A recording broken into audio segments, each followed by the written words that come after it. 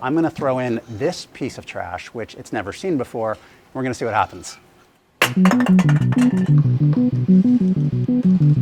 These robots didn't learn to move like this in a lab.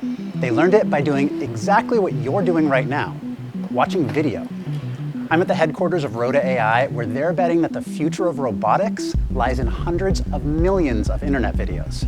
I know, you've seen robotic arms before. They've been working pretty well in factories for years. Most of these robots are simply doing a specific task they were programmed to do. Usually that makes the robot great at doing that one thing in perfect conditions. But the problem is they're not so great at adapting when something happens the robot didn't expect. That's why Rhoda developed what it calls its direct video action model. What we realized we needed was a data set that was internet scale in size and had the diversity of the internet and from which you could learn real physics. There's only one answer that we came up with, and that's internet video. At its core, it teaches robots to see the world like we do.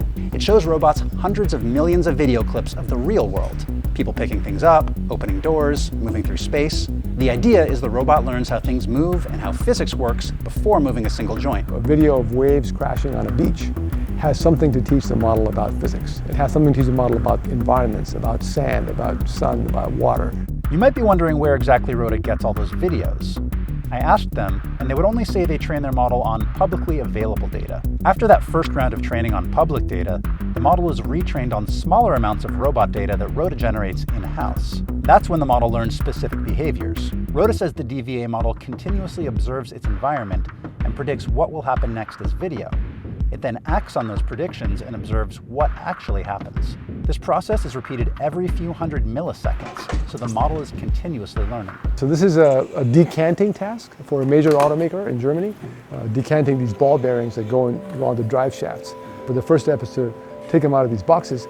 They're 22 pounds in weight, so you have to pick them up. Then you have to do this kind of a dexterous motion where you have to open the box, open up this plastic bag. Again, bags are hard to see for robots because they're transparent and they're deformable. You have to go in and reach in and grab this piece of desiccant paper and put that into the correct trash can. Then you have to dump the contents into this tote here. And having done that, you have to now recycle the materials correctly. It has to then get rid of this plastic bag. It shakes out that piece of paper. Once it sees that it's a clean bag, it puts that into the plastic recycling. What needs to get done here is that the robot has to pick up these radars, set them up on that little inspection station where there's 4 cameras that inspect the radar to make sure that it's damage-free, and then place them into that box. Most of the tasks you see here are learned with just 10 to 20 hours of robot training data. So what this robot is doing right now is it's trying to open up this box, and now it sees this trash in there. It hasn't seen this trash in this particular configuration before, but its job is to sort that trash. Now, I've been told to keep my distance from these robotic arms because they're quite powerful, but I really want to test this robot out. So I'm going to throw in this piece of trash, which it's never seen before. We're going to see what happens.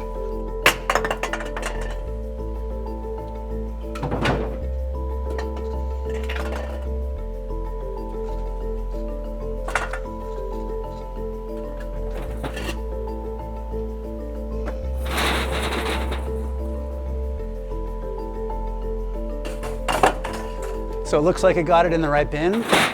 Rhoda's next step is teaching the model to reason, giving it the ability to predict more than just a single outcome.